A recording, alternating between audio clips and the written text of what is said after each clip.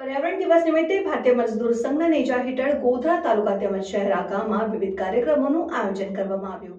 પર્યાવરણ દિવસ નિમિત્તે ભારતીય મજદૂર સંઘના નેજા હેઠળ ગોધરા તાલુકા અને શહેરા ગામમાં વિવિધ કાર્યક્રમોનું આયોજન કરવામાં આવ્યું હતું।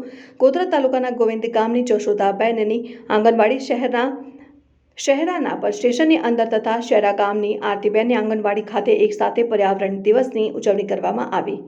कार्यक्रमમાં વડોદરા વિભાગની સંગઠન મંત્રી નીરુબેન જોશી, ગીતાબેન, જશોદાબેન સહિત ભારતીય મજદૂર સંઘના કાર્યકર્તા બહેનો ઉપસ્થિત રહ્યા અને વડોદરા વિભાગના મહિલા કાર્યભાર સંભાળતા નીરુબેન જોશી, પંચમહાલ જિલ્લા મજદૂર સંઘના સંગઠન મંત્રી ભૂપેન્દ્રભાઈ સોલંકી, મધ્યાહન ભોજન BMSના ઉપાધ્યક્ષ આશાબેન તથા સંગઠનના અન્ય આગેવાનોની અધ્યક્ષતામાં કાર્યક્રમ યોજાયો।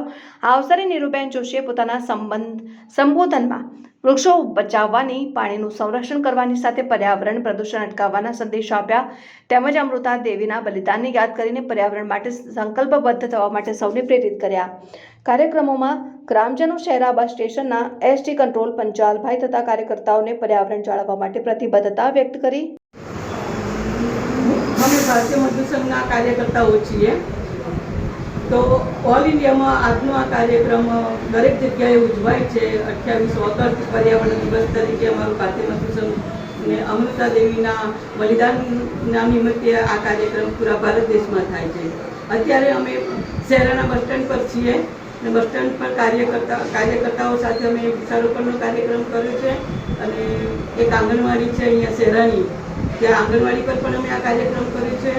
ગોધરા તાલુકાની અંદર ગોવિંદીમાં પણ ગામડામાં અમે આ કાર્યક્રમ કરેલો છે। એટલે પૂરા ભારત દેશમાં 28 ઓગસ્ટ પર્યાવરણ દિવસની ઉજવણી થાય છે અને એમાં મારી જવાબદારી છે ભારતીય મજદૂર સંઘની અંદર મહિલા કાર્યભાર અને આંગણવાડી મહાસંઘની અંદર સંગઠન મંત્રીની જવાબદારી છે। તો ગામડે ગામડે અમારે ગામડાના સ્તર સુધી આ કાર્યક્રમ પાણી બચાવો, વૃક્ષો બચાવો, પ્લાસ્ટિક ના વાપરો, પ્રદૂષણ દૂર કરો, એના માટેના આજના અમારા ગામડે ગામડે અને પૂરા ભારત દેશમાં દરેક જિલ્લાઓમાં, દરેક ગામડાઓમાં આ કાર્યક્રમ 28 ઓગસ્ટનો છે, એ અમૃતા દેવીના માન માટે। જે આપનું નામ? મારું નામ નીરુ જોશી।